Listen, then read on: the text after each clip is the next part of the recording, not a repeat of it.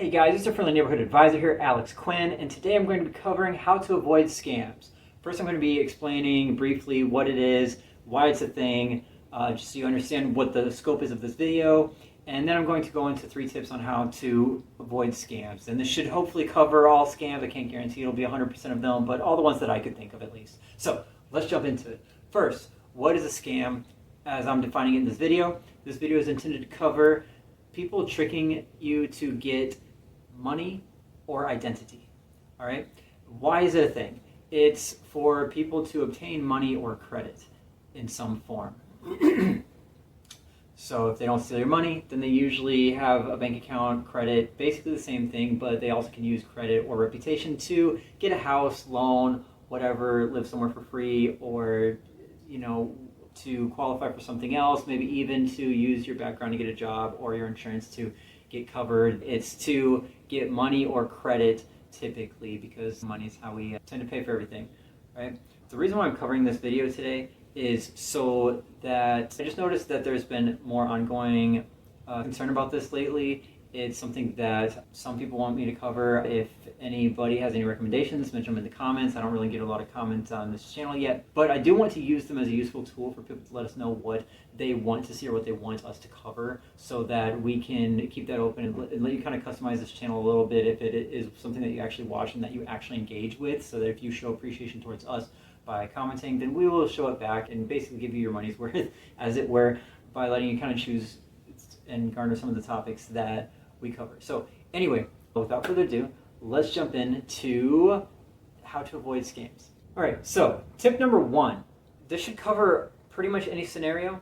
This is one way to recognize a scam and to tell it apart from some odd scenarios. I have had some interesting offers in my life that seemed like scams and actually weren't. And the commonality that I found in every scenario, and I've been in a surprising lot of these, so I don't know if I'm prone to it or if everyone's going through this regularly, but it's about what they need from you. So are they trying to get money, social security number, account numbers, or passwords? Okay, those are the 4 things that you, maybe not passwords, but being able to log into one of your accounts, for example. So those 4 things, if they don't need any of those 4 things, it's usually pretty safe, because how can they get any money or identity info from you if it's not some type of login, password, if it's not some type of, your social account numbers. So if you need money to start a job, that's typically a scam. Not always, but 99% of the time. I have heard a couple times recently where people did get jobs and it wasn't a scam. They did have to pay for some supplies, but anytime that I've heard of that, usually you can purchase your own supplies initially, or they just withhold it from your paycheck starting off. If it is a company that is legitimate and is actually wanting you to pay for supplies that they provide, actually I don't even think that's legal, but if they do, then you can look it up. They should be reputable, and if they're not, that's such a niche scenario that don't worry about play it safe and just don't buy into it at all. The only other way you can really check that is see someone who's worked there for a bit and see if they have any input on saying, yep, I've been working here for a while and it seems fine, and they really are just regular workers, not just maybe another recruiter or someone who's part of the scam, or whatever the case may be. So I'd say that that's one thing, is do they need anything from this transaction? Do they gain any of those things? If they don't, then kind of go along for the ride. Maybe it is a scam and they suck at it, but you can't get scammed if you don't give them that ability, if you don't give them any money or any access to the things that can take your identity or your accounting info. So tip number 2 is going to be more on the digital aspect of things. So this is true in general, but digitally, this is going to be the only tip directly relevant digitally, and that is to verify the source. And specifically, when you open up an email, did you ask for this? Did you ask for something? If you didn't ask for this, if you didn't sign up for it, it's probably a scam. You should probably just ignore and report it. You can open it, and it's usually safe, but not always. In this day and age, I think we found almost all of the viruses you can get just from simply opening an email, but also we're having new technology going where now when you open it up, it's got all kinds of data just from how long you opened it and viewed it and the emoticons that showed up on the screen and such. So it's getting kind of interesting and dangerous. Any link that you're about to click, instead go to the site. If you get an email saying that Wells Fargo wants to know something, you get a call from Wells Fargo or from your bank, whatever, go look up the actual number and call them directly. Look up their actual email address and contact that. Make sure that you are checking the domain. Domain means it's something.com. So if it's facebook.com, that is Facebook. But if it's facebook.fb.com, that is fb.com. Right before the .com, that is the source, that is the domain, and then you look up who owns that. And if you can't find clearly that it is Facebook, then it's not Facebook.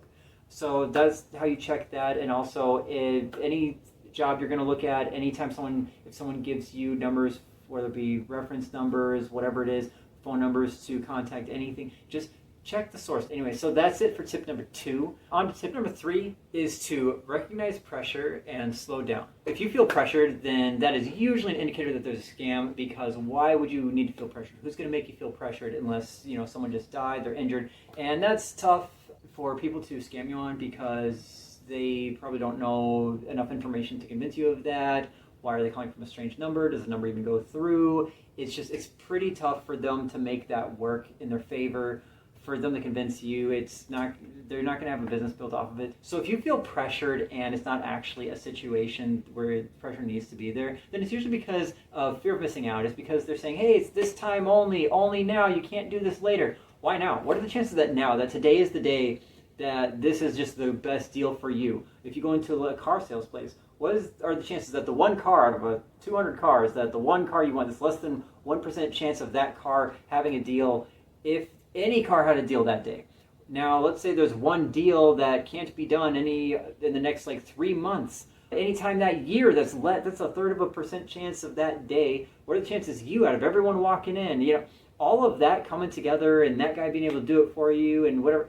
So unlikely that I can smell the bullcrap. All right, it is insane. Okay, so if you're being rushed, if you're whatever it is, just don't worry about it. It's not worth the risk. It's just honestly probably not a big deal. Even scams aside, even in business it goes like that too. I've seen deals come on the market and people think oh, today's the day that, this is the house, this is the one. It feels like that because you want to hurry up and get it. You have a fear of missing out, but honestly, you probably have nothing to worry about, no risk coming your way. Just let it go. What are the chances that day is the day that you would have the right one? Then you go, you see it, you want it, you put it on an offer, and you are the one who gets it, and it's as good as it looks, and all that. It just doesn't make sense statistically. There are only 5 moments in your life that can't wait a day, okay? Anything at work, they shouldn't rush you on that. Either you should be able to take care of it tomorrow or have a system in place to where that is possible or able to happen. There are only 5 moments in life that usually can't wait a day,